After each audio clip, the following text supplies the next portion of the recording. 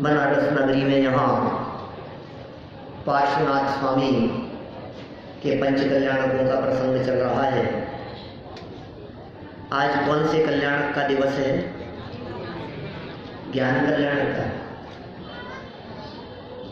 यदि अभी ज्ञान कल्याणक मान लिया जाए तो अरहंत परमात्मा के कमलाहार का दोष आएगा।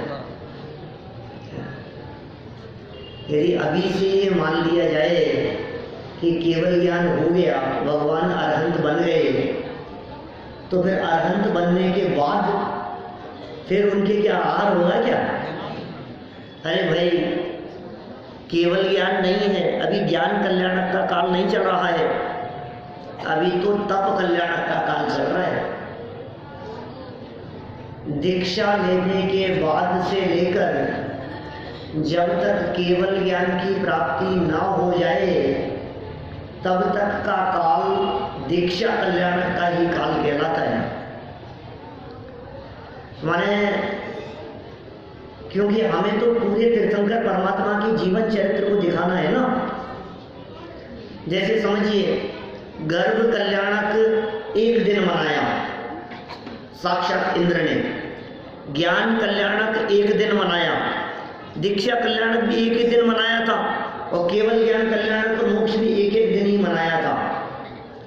लेकिन हमें यहाँ पंच कल्याणक प्रतिष्ठा महोत्सव में भगवान के उन 5 कल्याणकों को प्रतीक स्वरूप बनाकर तीर्थंकर परमात्मा के पूरे जीवन चरित्र को देखना है। इसलिए गर्भ कल्याणक की चर्चा अकेले एक दिन की नहीं, 9 महीने की होगी। जन्म कल्याणक की चर्चा जन्म से दीक्षा के पहले तक, और दीक्षा कल्याणक की चर्चा माने दीक्षा से लेकर केवल ज्ञान के पहले तक की चर्चा। कहने का मतलब यह है कि दीक्षा कल्याणक के प्रसंग पर अकेली दीक्षा विधि की नहीं, दीक्षा के पश्चात मुनिराजों का क्या चरित्र होता है, कैसा जीवन होता है, वो चर्चा की जाती है। यद्यपि दीक्षा कल्याणक की चर्चा मैं कल आपके बीच में कर चुका हूँ, आज तो प्रसंग है मुनिराजों के आहार दान का, तीर्थंकर परमात्मा के आहार का प्रसंग है। सर्वोत्कृष्ट पात्र हैं तीर्थंकर के जीव, और तीर्थंकर परमात्माओं को मुनि अवस्था में आहार दान देने वाले देवी सर्वोत्कृष्ट दानदाता होते हैं। आपको पता है दान तीर्थ प्रवर्तन में कौन प्रसिद्ध हुए? राजा श्रेयांस। कि क्यों प्रसिद्ध हुए? कि इस युग में सर्वप्रथम यदि किसी ने आहार दान दिया तो राजा श्रेयांस ने आहार दिया। उससे पहले तो कोई आहार दान की विधि भी नहीं जानता था। आपको पता है ऋषभदेव स्वामी के साथ 4000 राजाओं ने दीक्षा ली थी। पार्श्वनाथ स्वामी के साथ भी 300 लोगों ने ली थी। 36 तो मोक्ष गए थे।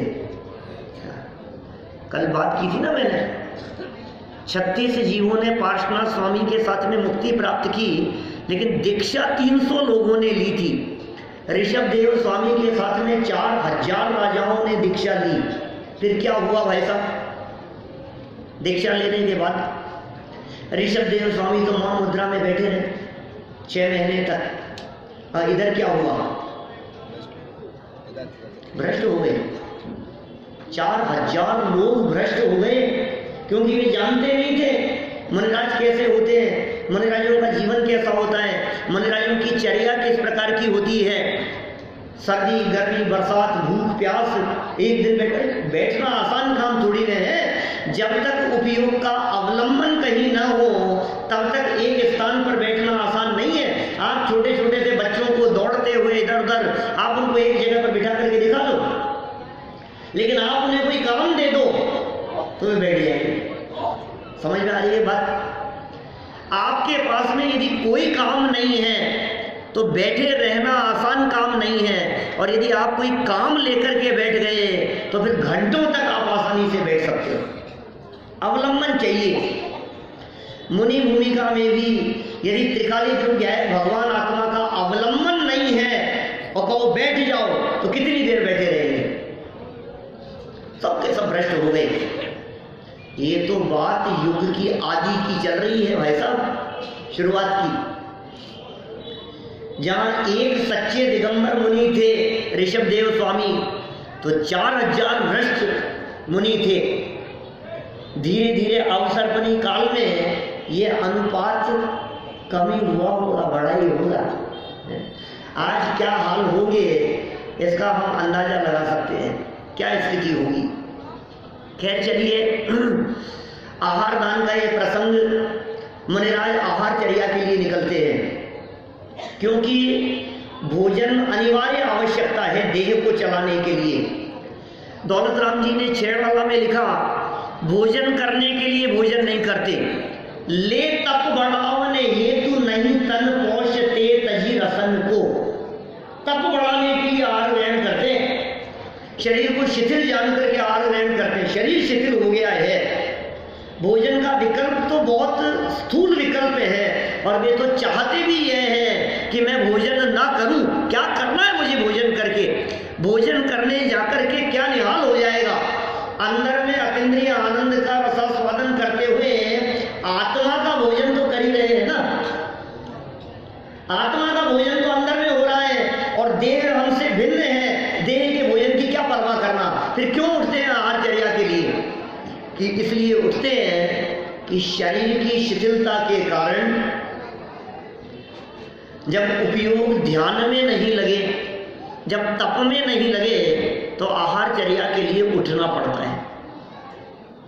ये प्रक्रिया है, इसलिए उठे आहार के लिए कि अच्छा चलो कोई बात नहीं, आपने कह दिया आहारचर्या के लिए उठ गए, तप बढ़ाने के लिए उठ गए, लेकिन भोजन करते तो है ना, कि करने का विकल्प नहीं है।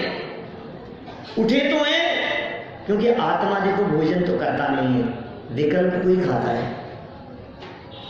आत्मा ने आज तक कभी भोजन ग्रहण किया नहीं है, सिर्फ विकल्प को ग्रहण करता है, और भोजन का विकल्प उठ गया तब आहारचर्या के लिए जाओ चाहे नहीं जाओ, आत्मा का भोजन तो हो गया। फिर भी इस विकल्प की पूर्ति के लिए नगर में गमन करते हैं, और योग्य रीति से यदि उन्हें कोई आहार देने वाला ना मिले तो पुनः लौट करके आ जाते हैं, वो विकल्प टूट जाता है। आपको मालूम है, जब मुनिराज आहारचर्या के लिए निकलते हैं तो अपने आचार्य परमेष्ठी के पास में मौन धारण करके निकलते हैं। तीर्थंकर तो जीवन पर्यंत के लिए मौन हो जाते हैं। तीर्थंकर बनने वाले पात्र जीव तो दीक्षा लेते ही जीवन पर्यंत के लिए मौन हो गए, लेकिन जो तीर्थंकर नहीं है ऐसे मुनिराज भी जब आहारचर्या के लिए निकलते हैं तो आगम में यह विधान कहा है कि अपने आचार्य श्री के पास में मौन धारण करके निकले। तो फिर जगत के जीवों को कैसे पता लगेगा कि आहारचर्या के लिए निकले हैं? कि एक पद्धति है, एक विधि है इस प्रकार की कि वे अपने हाथ को अपने कंधे पर इस प्रकार रखकर निकलते हैं, जिससे जगत के जीवों को सहज ही इस बात का पता लगता है कि ये मुनिराज आहारचर्या के लिए निकले। ऋषभदेव के समय तो यह स्थिति नहीं थी। देखो कैसी विधि की विडंबना है इस तरह की। जिनके गर्भ कल्याणक बनाने के लिए देव आए, जन्म कल्याणक बनाने के लिए देव आए, दीक्षा के पहले तक भोजन की व्यवस्था, वस्त्रों की व्यवस्था सब स्वर्ग से हुआ करती थी। देव लोग खेलते थे साथ में, हर क्षण हर पल की खबर रखा करते थे। और आज दीक्षा क्या ले ली है कि वे सभी देव लोग जा करके सो गए अपने यहाँ। अब उन्हें कोई विकल्प नहीं है, इनको कोई आहार देने वाला नहीं है। ऋषभदेव स्वामी 6 महीने तक तो उठे नहीं थे, और 6 महीने बाद जब वे उठे तो प्रतिदिन आहार के लिए नगर में विचरण कर रहे हैं। कोई आहार दान देने की विधि नहीं जानता, तो क्या सौदर महेंद्र को इस प्रकार का विकल्प नहीं आया कि नगर में जाकर के किसी को यह बात बताई जाए कि आहार किस तरह से दिया जाता है? सच कहूं तो सौदर महेंद्र खुद भी नहीं जानता आहार कैसे देते हैं। उसने अपने जीवन में किसी को आहार नहीं दिया। हमारे यहाँ जैन परंपरा में यह शास्त्रों में उल्लेख है कि आहार दान देने के पात्र जीव कौन कौन है और कौन से जीव ऐसे हैं जो आहार दान देने के पात्र नहीं है। तो उनमें देवगति के जीव आहार दान देने के योग्य नहीं होते, आहार दान नहीं दे सकते। इतिहास में एक इस तरह की घटना आती है, भद्रबाहु के समय में चंद्रगुप्त उनके शिष्य थे। चंद्रगुप्त अंतिम मुकुटबद्ध शासक हुए। आहारचर्या करके जब वे लौट करके आए, उनका पूरा संघ दक्षिण भारत में, तो लौट करके आने के पश्चात कोई एक मुनिराज संघ में ऐसे थे जो मुनिराज अपना कमंडल भूल आए थे। जहां आहार लिया वहां कमंडल भूल करके आ गए, तो वापस लेने के लिए गए। जब वहां वापस लेने के लिए गए तो नगर ही नहीं था और कमंडल किसी स्थान पर धरा हुआ देखा, किसी पेड़ पर टका हुआ देखा, किसी शिला पर पड़ा हुआ देखा और वापस लौट करके आए और आचार्य श्री को ये बात कही। तो बाद में उन्होंने प्रायश्चित लिया कि ओह, जंगल में नगर बसा करके आहार दे दिया देवों ने। कि देव लोग आहार दान क्यों नहीं दे सकते हैं? क्योंकि देवों का तन अपवित्र होता है, देवों का आहार अपवित्र है, मायामयी बनाया हुआ है, प्रासुक बनाया हुआ नहीं है, योग्य रीति से योग्य विधि से बनाया हुआ नहीं है। इसका मतलब मुनिराज जो आहार ग्रहण करेंगे वह आहार भी योग्य रीति से बना हुआ होना चाहिए। देवों का जो तन होता है वो नियम से भोगों में होता है, नियम से। मूल शरीर सभी देवों का, देवगति के जीवों का, भले ही यहां पंच कल्याणक मनाने के लिए आवे, मूल शरीर तो वही है। विक्रिया के माध्यम से डुप्लीकेट शरीर बना करके यहाँ मध्य लोक में आ जाते हैं। तो जब शरीर से भोग चल रहा हो वहां, तो यहाँ मुनिराज को आहार कैसे दे सकते हैं? आहार दान देने के अधिकारी नहीं होते। लेकिन देखो आप, सौदर ने इंद्र को फिर भी अवधि ज्ञान से तो जान सकता है किसके यहाँ आहार होगा, कैसा होगा। जब 4000 राजा भ्रष्ट हो गए तो सौदर ने इंद्र ही तो खड़ा होकर के उसने ललकारा उन राजाओं को कि जिन वेश धारण करके इस तरह की वृत्ति करना योग्य नहीं है, कपड़े पहन लो, कंदमूल आदि खाओ, तुम्हें जो कुछ भी कहना हो, जो कुछ भी करना हो तो करो, लेकिन दिगंबर मुनि व्रत अंगीकार करके इस तरह का योग्य आचरण योग्य नहीं है। तो आहार दान की भी विधि बता देता नहीं था। एक दिन हो गया, 2 दिन हो गए, ऋषभदेव स्वामी की चर्चा कर रहा हूं मैं, क्योंकि पार्श्वनाथ आदि अन्य तीर्थंकरों की बात की जाए तो सभी तीर्थंकरों का दीक्षा के तीसरे दिन पालना हुआ है। ऋषभदेव स्वामी का आहार 13 महीने और 9 दिन बाद हुआ, पहले तीर्थंकर, और बाकी के तीर्थंकरों का 23 तीर्थंकरों का आहार दीक्षा के तीसरे दिन हुआ है। सभी तीर्थंकरों का आहार दूध और खीर का हुआ है और ऋषभदेव का आहार इक्षु रस का हुआ है। ऋषभदेव स्वामी अलग है। ऋषभदेव का काल अंतराल थोड़ा सा अधिक है ना, इसलिए ऋषभदेव के संदर्भ में हम चर्चा कर रहे हैं। जब विधि की चर्चा होगी तो सभी मुनिराजों की एक समान विधि होती। 6 महीने तक तो उठे नहीं ऋषभदेव स्वामी, और 6 महीने पश्चात जब ये आहारचर्या के लिए उठे तो रोजाना चक्कर लगा रहे। आहार दान देना नहीं जानता था कोई भी। देखो कितना पुण्य था। अभी दीक्षा लेने के पहले तक वो स्वर्ग से देवलोक पालकी लेकर के आए थे, झगड़ा हो रहा था, मनुष्य और देवों में विवाद चल रहा था। वे देव लोग ये कह रहे थे कि आपके साथ मुनिव्रत अंगीकार कर लो, हमारा सारा वैभव ले लो और ये मनुष्य पर्याय हमारे को मिल जाए। और अब क्या हो गया? अभी तक तो इतना पुण्य था, लाइन लगी थी, असंख्यात देव खड़े हुए थे और दीक्षा कल्याणक बनाने के लिए आए थे, और दीक्षा होने पर केश लोच को क्षीरोदधि में प्रवाहित करके आए थे। कितना पुण्य, सातिशय पुण्य, उत्कृष्ट पुण्य। और अब ऐसा पुण्य पल्ले नहीं कि 2 रोटियां मिल जाए। बोलो, तीर्थंकर होने वाले जीवों की बात कर रहा हूं मैं। 2 रोटियां मिल जाए ऐसा पुण्य नहीं है। अंदर में पुण्य तो बहुत है। पुण्य तो इतना है कि तीर्थंकर कर्म प्रकृति निरंतर बंध रही है, इतना पुण्य है, अभी भी बंध रही है। इस मुनि भूमिका के काल में भी तीर्थंकर कर्म प्रकृति बंध रही है। क्योंकि कब तक बंधेगी? कि केवल ज्ञान हो जाने के अंतर मुहूर्त पहले तक बंधेगी। 8वें गुणस्थान श्रेणी चढ़ते समय 8वें गुणस्थान के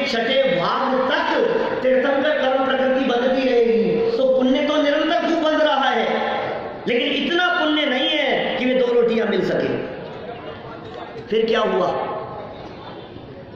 7 महीने और 9 दिन बाद राजा श्रेयांश को जाति स्मरण ज्ञान हुआ, और जाति स्मरण ज्ञान में उनको ये बात स्पष्ट दिखने लगी कि ओहो, पूर्व भाव में जब राजा वज्र जंग के भाव में ये ऋषभदेव के जीव थे, तब मैं उनकी पत्नी श्रीमती था,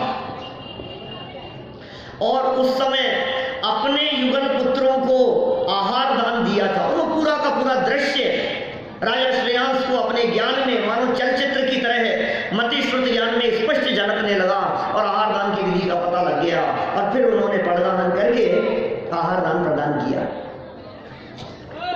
मुझे इस प्रसंग में ये कहना है आपसे कि देखो, जो जाति स्मरण ज्ञान 7 महीने 9 दिन बाद हुआ, वो जाति स्मरण ज्ञान पहले नहीं हो सकता था? नहीं हो सकता था। पहले हो जाता तो कम से कम इतने दिन तो नहीं घूमना पड़ता, इतने दिन चक्कर तो नहीं लगाना पड़ता। अरे भाई, जब तक आहार दान ग्रहण करने की, प्राप्त करने की उपादानगत योग्यता न हो, तब तक ये जाति स्मरण ज्ञान रूप निमित्त भी नहीं बनता, और अंदर में जब उपादानगत योग्यता जागृत होती है तो योग्य निमित्त भी अपने आप मिल जाया करते हैं। निमित्तों की तलाश नहीं करनी पड़ती, निमित्तों की खोज नहीं करनी पड़ती, निमित्तों के लिए व्यग्र नहीं होना पड़ता। सहज सुमेल है इस तरह का। जब तक आहार का योग नहीं था, तब तक उन्हें भी जाति स्मरण नहीं था, और जिस दिन आहार ग्रहण करने की पात्रता पक गई अंदर में, उसी दिन जाति स्मरण ज्ञान भी हो गया। एक तरफ तो ये जाति स्मरण ज्ञान हुआ 7 महीने 9 दिन। अच्छा, ऋषभदेव खुद ही कर लेते, खुद ही बता देते। आहार दान की विधि बताने की जिम्मेदारी किसकी थी? यदि 4000 राजा उनके साथ में दीक्षा लेकर के भ्रष्ट हो गए, तो उनको संभालने की जिम्मेदारी किसकी थी? ऋषभदेव की जिम्मेदारी नहीं थी क्या? आपके साथ में दीक्षा ले रहे हैं, उनको बताओ कैसे मुनि होते हैं। नहीं भाई, कौन बताए, किसको बताए, किसको समझाए? दीक्षा लेते ही मौन हो गए। वो तो 4 ज्ञान के धारी हो गए, अनेक प्रकार की रिद्धियां हो गई हैं उनको। ऐसा कहा जाता है, केवल ज्ञान होने के पूर्व तीर्थंकर के जीव के जीवन में 63 रिद्धियां होती है। क्या 63 64 रिद्धियां है ना कुल? 64 एक साथ नहीं होती किसी भी जीव की 64 रिद्धियां, क्योंकि 64 रिद्धियों में एक रिद्धि तो केवल ज्ञान रिद्धि है। तो केवल ज्ञान नहीं हुआ और बाकी सब है उनके, ये 63 रिद्धियां जीवन में होती है। अब इतनी रिद्धियां होते हुए भी क्या आहार दान की विधि नहीं बतला सकते थे? या अपन ही स्वयं ही इस प्रकार की रिद्धि का प्रयोग करके पता कर लेते कि हमारी विधि कहाँ मिलनी है, कौन से दिन आहार होना है? कल कही थी ना मैंने, उसी दिन उठ जाते सीधा कि नहीं भाई, भोजन का विकल्प जब उठ गया है तो चाहे नगर में चक्कर लगा करके आओ, चाहे नहीं आओ, आत्मा का भोजन तो हो गया। विकल्प ही तो करता है आत्मा, और करता क्या है? विकल्पों के अलावा आज तक हमने और किया भी क्या है? विकल्प ही तो है, और विकल्प आ गया आहार ग्रहण करने का, बात खत्म हो गई, चक्कर लगा करके आ गए। और सुनो, इस विकल्प को भी तोड़ने के लिए अटपटी प्रतिज्ञाएं लेकर के निकलते हैं। आहार दान के लिए, आहार चर्या के लिए निकले, मौन होकर के निकले, अटपटी प्रतिज्ञाएं लेकर के निकले। अरे ऐसी ऐसी अटपटी प्रतिज्ञाएं लेकर के निकलते हैं कि आप सुनो तो आश्चर्य करो।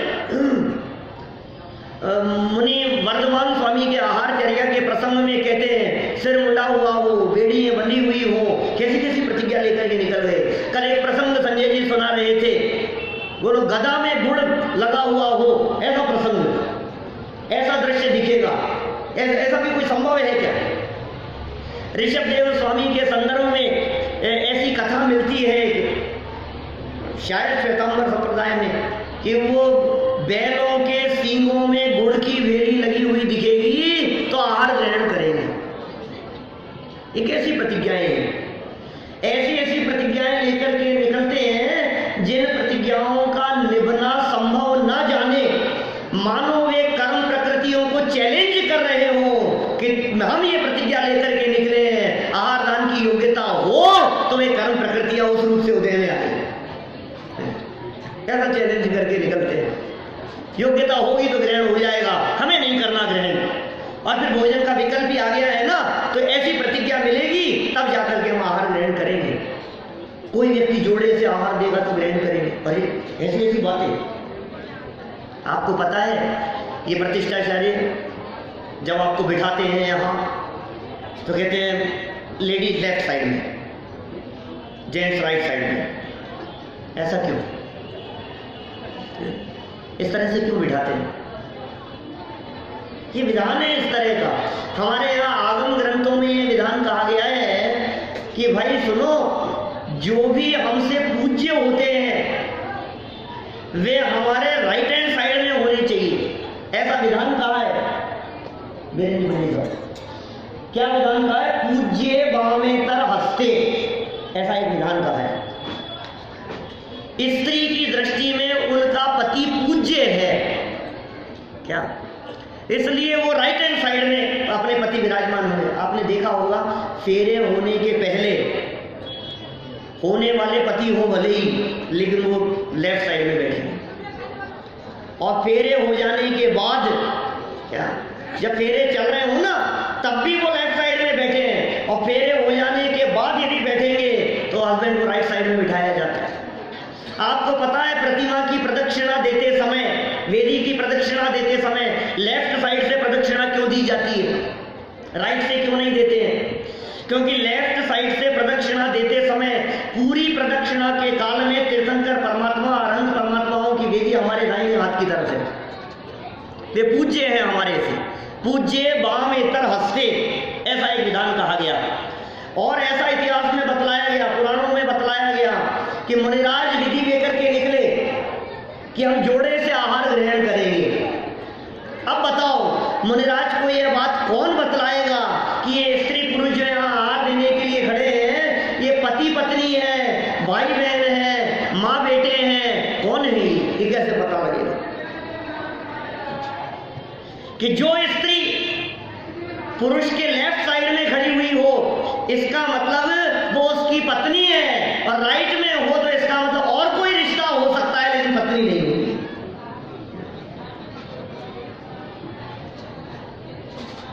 ख्याल में आ रही है बात? ऐसी ऐसी प्रतिज्ञाएं लेकर के निकलते हैं। ये विधान कहा गया है ये। और फिर क्या हुआ? ऐसी प्रतिज्ञा लेकर के निकले और योग्य रीति से योग्य पुण्योदय के काल में यदि मान लीजिए वो विधि मिल गई तो भी क्या कहते हैं, उसमें भी और नियम डाल देते हैं। मुनिराजों के 28 मूल गुणों के अंतर्गत खड़े खड़े आहार ग्रहण करना, एक बार दिन में ले आहार खड़े अल्प निज पान में, ऐसा लिखा दौलत राम जी ने। दिन में एक बार ही आहार ग्रहण करते हैं कि क्यों? क्योंकि एक बार से ज्यादा ग्रहण करें, एक बार भी करना पड़ रहा है, ये मजबूरी है। एक बार से ज्यादा ग्रहण, अरे बार बार ग्रहण करना तो भोग विलासिता का सूचक है।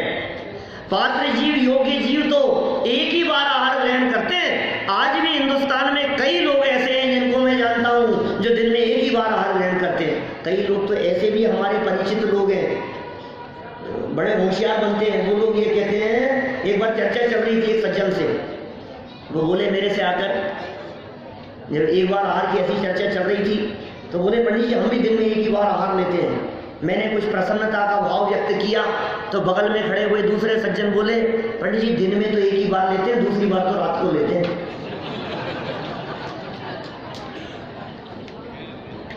भाई साहब कैसे कैसे लोग दुनिया में हैं जगत में। मुनिराज एक ही बार आहार ग्रहण करते हैं, लेकिन एक बार आहार का समय भी नक्की है, आहार की विधि भी नक्की है। वे इस बात का निर्णय करते हैं कि देने वाला योग्य पात्र है या नहीं। योग्य पात्र के यहाँ जाकर के आहार ग्रहण करेंगे। नवदा भक्ति पूर्वक देने वाला हो तो आहार ग्रहण करेंगे। टोडरमल जी ने इस तरह के बहुत सारे प्रश्न उठाए मुनिराजों की आहारचर्या के संदर्भ में कि साहब ये भिक्षा वृत्ति अच्छी नहीं है, इतने बड़े होकर के ऐसे पद पर होकर के जाकर के मांगना, घर घर जाकर के आहार ग्रहण करना। कि सुनो भाई, देने वाला नवदा भक्ति पूर्वक दे रहा है तो आहार ग्रहण कर रहे, किसी के यहाँ मांगने के लिए नहीं गए। कितनी विनम्रता है। पड़गाहन नवदा भक्ति जानते हैं?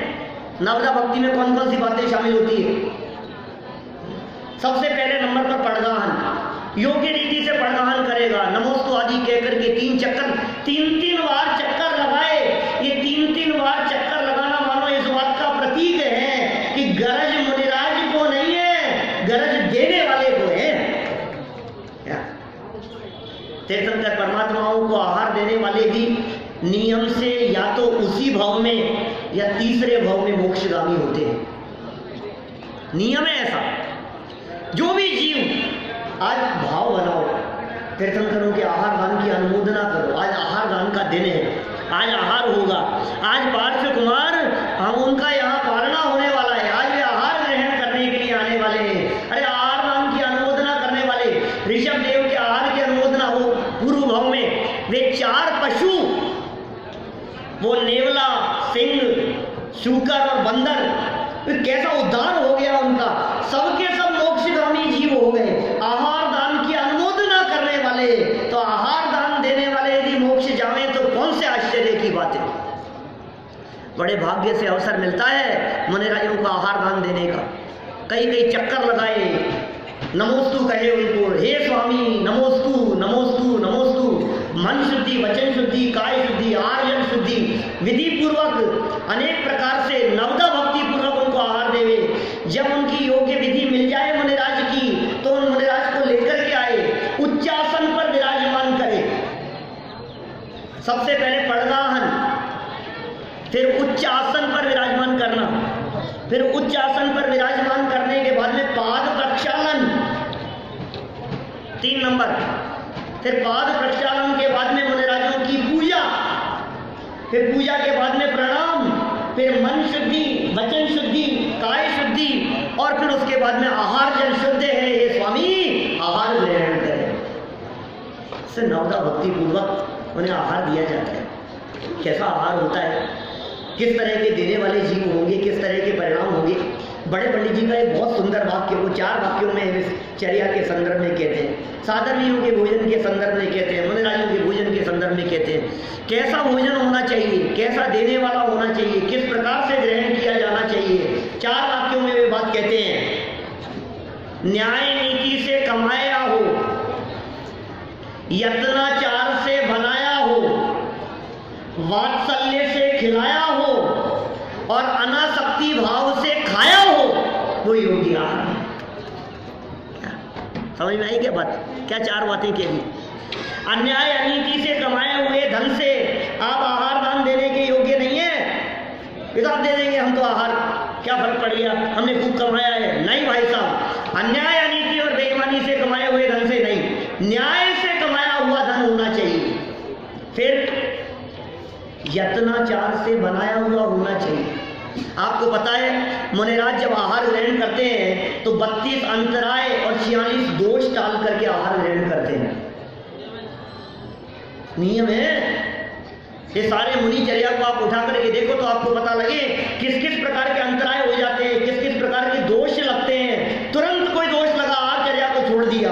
किसी तरह का कोई अंतराय हुआ, आहार चर्या को छोड़ दिया। अंजलियां कर पात्र में ग्रहण करते हैं, हाथ छोड़ देते हैं। कहीं कोई बर्तन की आवाज आ गई गिरने की, कहीं किसी के रोने की आवाज आ गई, किसी बालक के रोने की आवाज आ गई, कहीं कोई रक्त आदि दिखाई दिया, कहीं कोई दूषित पदार्थ दिखाई दिया, कहीं कुछ बाल आदि इस तरह का आ गया। ये क्या हो रहा है? किसी की आंखों में आंसू आते हुए दिखाई देवे तो आहार छूट जाता है कि साहब हमने तो ऐसा सुना है कि चंदन वाला को रोती हुई देख करके उन्होंने आहार लिया था कि इस गलती में मत रहना, इस धोखे में मत रहना। सामने से आते हुए मुनिराज को देख करके आंखों में आंसू, अरे आंसू की धारा तो छूट गई और प्रसन्नता का भाव अंदर में आ गया। अश्रु धारा नहीं रह रही थी। फिर कभी कभी ऐसा लगता है ये क्या नाटक है यार, जब लेना है विधि मिल गई है अब चुपचाप आकर के आहार ले लो ना। ये क्या नाटक लगा रखे हैं आपने, ऐसा हो गया तो छोड़ देंगे और ये कर देंगे और ये क्या छोटी छोटी सी बातों में ये नौटंकी नहीं दिखती है आपकी? ऐसा नहीं लगता है? ये क्या है, एक गिलास क्या गिर गया हमारे से, इस आहार छोड़ करके चले गए। ये नहीं भाई, विकल्प टूट गया। क्यों टूट गया? कि जिस चौके में इतनी असावधानी हो सकती है कि गिलास गिर जाए, वो चौका कितनी सावधानी से बना होगा। बोलो, विकट टूट गया। एक एक बात जो उनको खटकती है, जो उनको निर्णय कराती है कि ये भोजन किस तरह से बनाया गया है, इस भोजन को बनाने की विधि किस प्रकार की होगी। तो 4 बातें कही। पहला नियम क्या कहा, पहली बात क्या कही, बड़े पंडित जी का वाक्य है, रविंद्र पंडित जी का, न्याय से कमाए धन से और यत्नाचार पूर्वक बनाया गया हो। कितनी सावधानी देखो आप। और फिर भी अंतराय कर्म का उदय उनका हो, भोगांतराय लाभांतराय कर्म का उदय हो, तो कुछ न कुछ कितनी सावधानी से बनाते, भोजन छूट जाए। यत्नाचार से बनाया हो और वात्सल्य से खिलाया हो। देने वाले के हृदय में दातार के 7 गुण बतलाए, सदा सुधार जी रत्नधर शौकाचार में ग्रंथों में मिलते हैं। दातार के 7 गुण, पात्र के 7 गुण, देने वाले के 7 किस तरह के गुण होने चाहिए, लेने वालों में किस तरह के गुण होने चाहिए, आहार किस तरह का होना चाहिए, आहार भी किस तरह का बनना चाहिए, इसकी भी बहुत विस्तार से चर्चा है शास्त्रों में। अभी किस किस की चर्चा करें आपके बीच में। वात्सल्य से खिलाया गया हो, ये 3 तो हो गए देने वाले की तरफ से। तो साहब अब तो योग्य आहार हो गया ना कि नहीं, लेने वाले भी यदि आसक्ति से खाएं तो वो योग्य नहीं है, अनासक्ति से खाया गया हो। हमारे मुनिराज अनासक्ति से भोजन ग्रहण करते हैं, रस परित्याग के नियम ले लेकर के निकलते हैं। आज दूध नहीं लेंगे, आज घी नहीं लेंगे, आज मीठे का त्याग है। ये क्या चक्कर है, ये किस बात के चक्कर है, ये छोड़ दिया, ये छोड़ दिया। तुम्हें छोड़ना है तो जीवन भर के लिए छोड़ो ना यार, निपट जाओ। क्या क्या दिक्कत है उसमें कि नहीं, वैज्ञानिक नियम है, विधि है इसकी। आप यदि किसी रस का जीवन पर्यंत के लिए त्याग कर देंगे तो आपके शरीर में तत् संबंधी पोषक तत्वों की कमी हो जाएगी, आपका शरीर निरोगी नहीं रह पाएगा। शरीर को आवश्यक तत्व भी मिलते रहें क्या, और एक दिन यदि एक चीज का त्याग किया है तो भोजन भी नीरस हो जाता है। देखो डॉक्टर ने डायबिटीज बता दी, अब आपको चाय फीकी पीनी। जब मीठा लेते लेते पहले दिन फीकी चाय पीते हैं तो आपको बेस्वाद लगती है, आपको वो नीरस लगती है। लेकिन यदि आप रोजाना बिना मीठे की चाय पीने लग जाएं तो आपकी जबान पर वो स्वाद सेट हो जाता है, फिर वही आपके लिए सरस हो जाती है।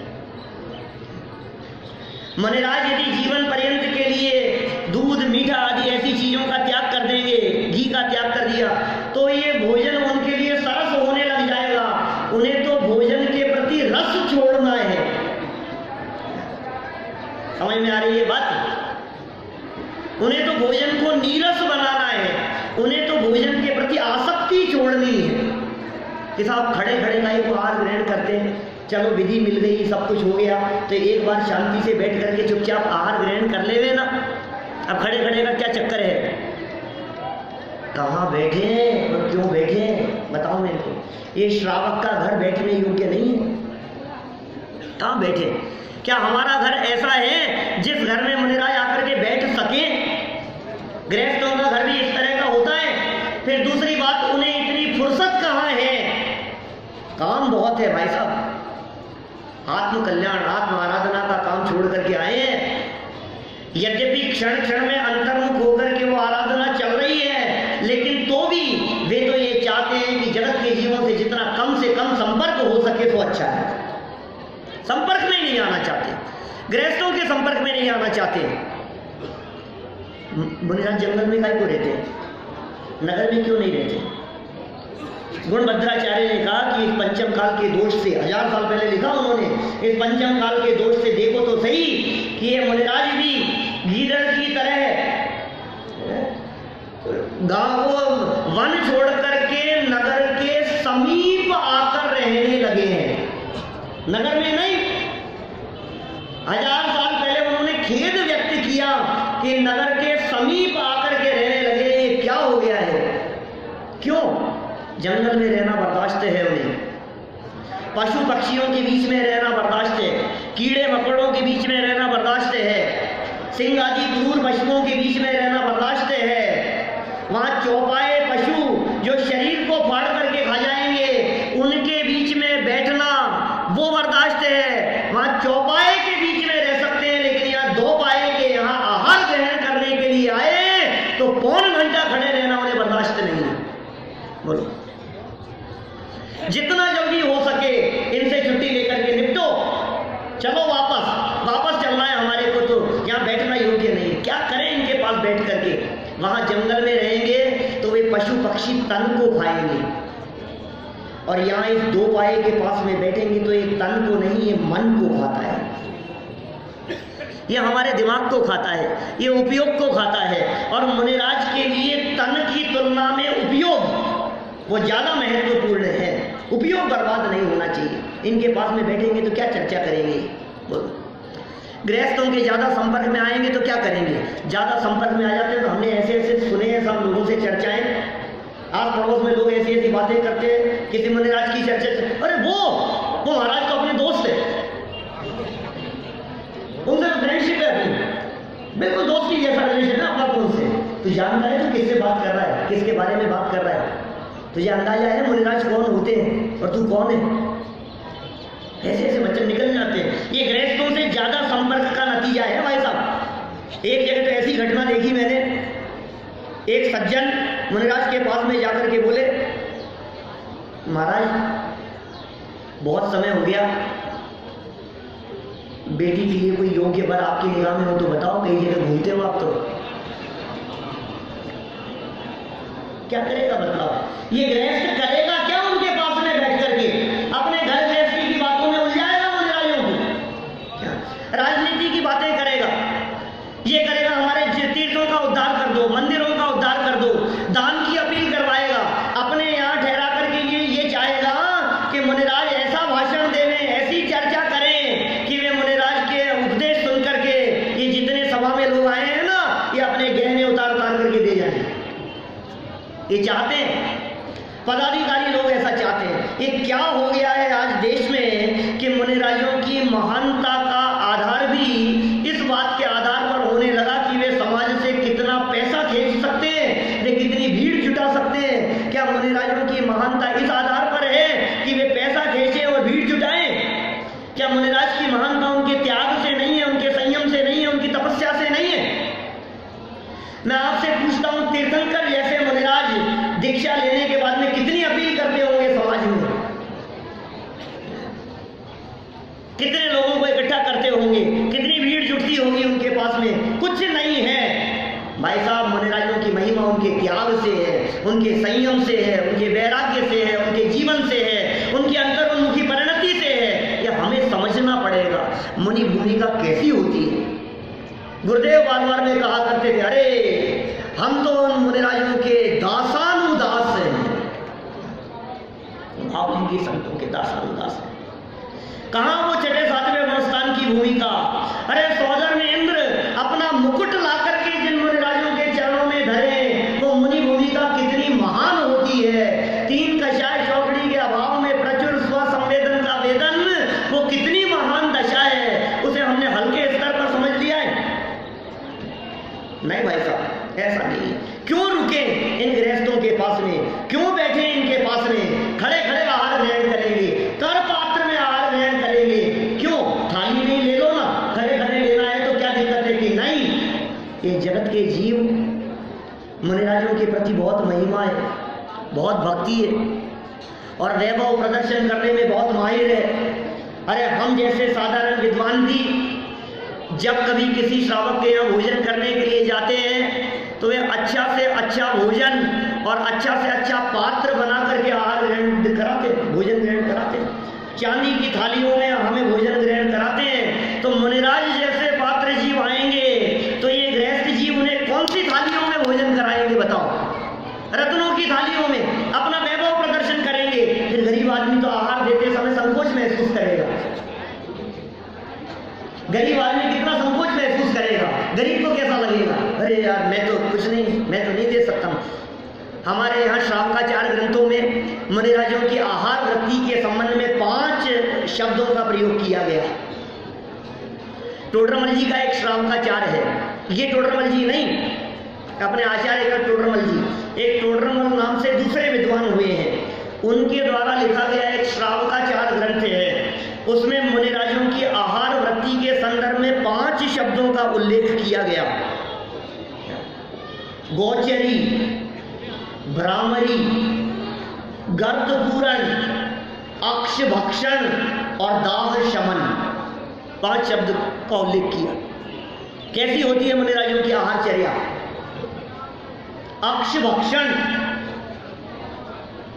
जैसे गाड़ी में पेट्रोल डालते हैं ना, इस तरह से इस देह रूपी गाड़ी को चलाने के लिए भोजन रूपी पेट्रोल डालते हैं। ले तप बढ़ावन हेतु अक्षभक्षण। दाह शमन, अग्नि को बुझाते समय इस बात का विचार नहीं किया जाता है कि ये किस चीज से बुझाई जा रही है, जो भी मिले। अभी यदि यहां आग लग जाए तो आप क्या करेंगे? पानी लेने के लिए भागेंगे? क्या हाथ में कपड़ा आ जाए, कोई चीज आ जाए, कुछ भी हो, जो मिले उससे बुझा दो। ये दाह शमन।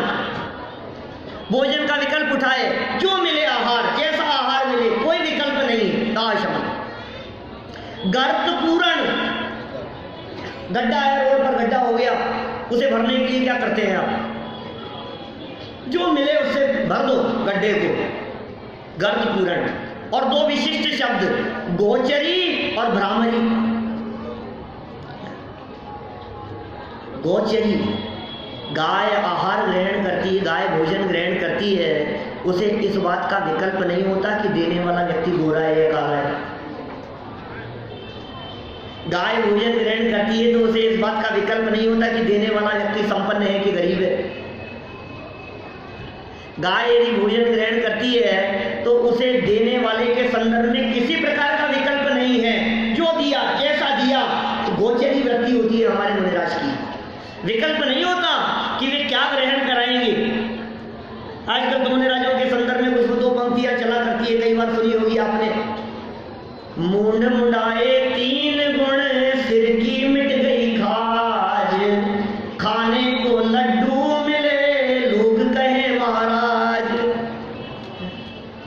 ऐसे नहीं होते भाई हमारे पास। ये सिर मुंडाने के गुण नहीं है कोई, लोग महाराज महाराज करेंगे, जय जयकार करेंगे और खूब मेवा मिष्ठान खाने को मिलेगा, ऐसा नहीं है। नीरज भोजन ग्रहण करते हैं। गोचरी, अरे गरीब व्यक्ति के यहाँ भी आहार ग्रहण होगा। अरे सूखी दाल भी यदि होगी, दाल का पानी भी यदि होगा और आहार में मिल रहा है तो ठीक है, कोई बात नहीं। और भ्रामरी, आज क्या स्थिति है समाज की? उद्दिष्ट आहार एक बहुत जबरदस्त प्रकरण है संदर्भ में, मुझे दिख रहा है, अभी समय हो रहा है, लगभग हो गया है। बातें तो इतनी है आहार चर्या के संदर्भ में, अनगिनती बात। भ्रामरी वृत्ति कही जाती है। भ्रमर जब आकर के मुनिराजों, मतलब वो पुष्प के ऊपर उसकी सुगंध ग्रहण करता है तो पुष्प को रंच मात्र भी तकलीफ न हो। बोलो, आपने देखा कभी भंवरों को फूलों के ऊपर मंडराते हुए? बैठते नहीं वैसा उसके ऊपर। फूल की पंखुड़ी को कष्ट नहीं होता तो उसको चूस लेते हो, ऐसा नहीं है। अरे टच भी ना हो, ऐसा बस ऊपर से ही ऐसे ग्रहण करते हैं। मुनिराजों की आहार वृत्ति भी ऐसी भ्रामरी वृत्ति होती है कि श्रावक के यहाँ आहार ग्रहण करके चले जाएं और किसी को पता भी ना लगे। बोलो, कब मुनिराज आ गए, कब ग्रहण करके चले गए। और देने वाला भी जो गृहस्थ है, श्रावक है, उसे भी पता नहीं है कि मुनिराज कब आ जाएंगे। इसलिए कई ऐसे भी श्रावक हमने देखे हैं, हमारे छिंदवाड़ा के दीपक राज जी जैसे, सुबह 10 बजे पहले एक अन्न का दाना, एक जल की बूंद ग्रहण नहीं करते। बोलो, कुछ नहीं ग्रहण करते। क्यों? कि जब तक यहाँ 2.5 दीप में मौजूद 3 कम 9 करोड़ मुनिराज या जो उनमें योग्य है, 6ठे 7वें गुणस्थान वर्ती, उनके निर्दोष रीति से आहार न हो जाए, तब तक हम आहार ग्रहण नहीं करेंगे। प्रतिदिन बारे में है ना, हम मुनिराज के आहार के पहले कैसे कुछ ग्रहण कर सकते हैं? बोलो, कदाचित हमारे यहाँ आ रहे हो तो मुनिराज आ जाए और प्रदान का अवसर मिल जाए तो आपके यहाँ है ऐसी भोजन की तैयारी कि आज यदि मुनिराज आपके यहाँ भोजन करने के लिए आ जाए तो आप आहार ग्रहण करा सकें, उन्हें आहार दान दे सकें। उद्दिष्ट आहार के संदर्भ में सबसे महत्वपूर्ण प्रकरण यह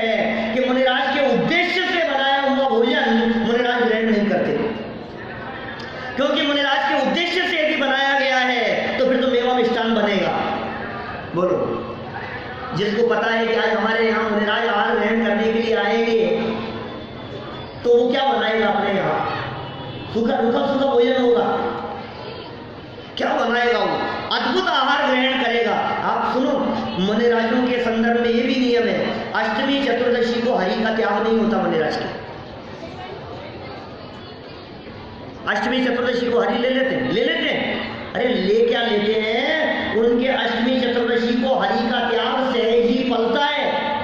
एक बात तो ये कि मुनिराज अतिथि होते हैं, उनके आने की तिथि नक्की नहीं होती, और दूसरी बात उन्हें तिथि की खबर नहीं होती कि आज कौन सी तिथि है, ये कैसे त्याग निभाएंगे। लेकिन जिस श्रावक के यहाँ आहार ग्रहण करने के लिए गए हैं, वो श्रावक तो अष्टमी चतुर्दशी को हरि ग्रहण नहीं करता।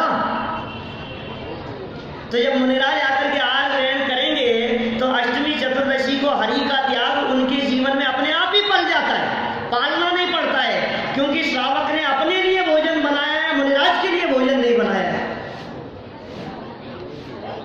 उद्दिष्ट आहार का त्याग लगेगा। अरे पंचम गुणस्थान करती उत्कृष्ट श्रावक जब उद्दिष्ट त्याग प्रतिमा का धारी होता है, तो फिर ये छठे सातवें गुणस्थान करती मुनिराज ये उद्दिष्ट आहार ग्रहण करने वाले कैसे हो सकते हैं? इनके भी उद्दिष्ट आहार नहीं होता।